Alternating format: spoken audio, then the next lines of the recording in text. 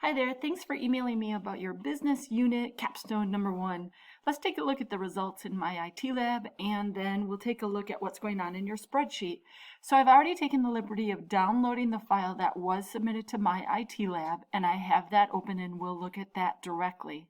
And we'll just go through these one by one. So we'll start with step 2 where most of the points were achieved but some were deducted. So I'm going to click this arrow to see exactly what it didn't like.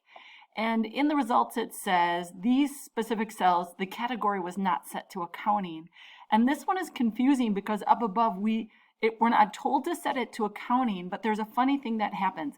So if we look at all of these cells, they are within this one step where it says, select the range B7 through H23 and apply the comma number style. Okay, I'm going to hop over to your worksheet.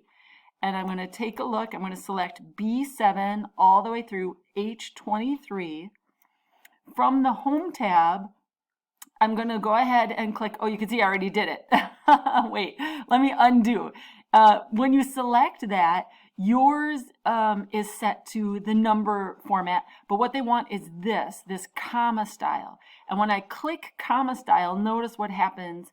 I'm using Excel 2016. In the background it says accounting, but really it's not, it's the comma style. So click that and that will award you the points for that step. Okay, I'm going to collapse that back down. Step 3 says format the ranges, blah, blah, blah. And again, you got, about over half the points. I'm going to click the arrow to see exactly what it didn't like.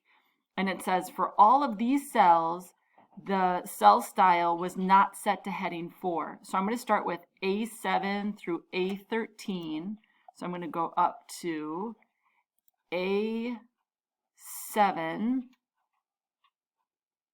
A7, here it is. Sorry, I don't know. I had a brain fart. A7 through A13. From the cell styles tab, I need heading 4. That's the one I have to choose. Okay, and then the other ones are B6, C6, D6, all the way through H6. That's what. So I'm going to do B6 all the way through H6, cell style, and again, you have to apply heading 4.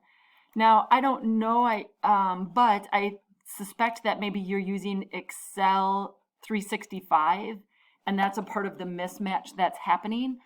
This class does require Excel 2016. So if you have Excel 365, go ahead and use the virtual desktop to complete this work. Okay, let's go ahead and move on with that one. Yeah, all the others it's... Oh, and then, sorry, the other part of this is the fill color. It doesn't like your fill color. So I'm going to go back up to the instructions here where it says set the fill within the range A7 through A23 and B6 through BH, set the fill color to green accent 6. And I can see you have fill color here. You have done a fill color, and then I'm going to choose it all at once. The fill color is accent 6, but in 2016, the theme that you have applied makes that color brown instead of green. And again, I think that's because, I suspect it's because you're using 365. So convert that over to Excel 2016. So that it becomes the correct color. And let's continue down. Our next step is step 7. Calculate the following using AutoSum. And what didn't it like here? Oh, all right. So actually, I'm not gonna, there was a bunch of points missed. So we're gonna go through these one at a time. Add the totals in row 14. So if I look at your row 14, this is correct. Notice that you're summing B7 through B13, which is absolutely correct. Row 7 through 13, 7 through 13, 7 through 13, so on.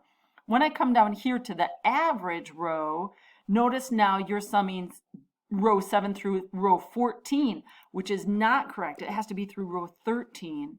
So every one of those has to be changed. Actually, you could change the first one and autofill them. So you have to fix that. Then minimum, notice you keep this sort of same error. It has to be row 7 through row 13, and do that one. The next one, max, row 7 through row 13, fix that, and autofill it down.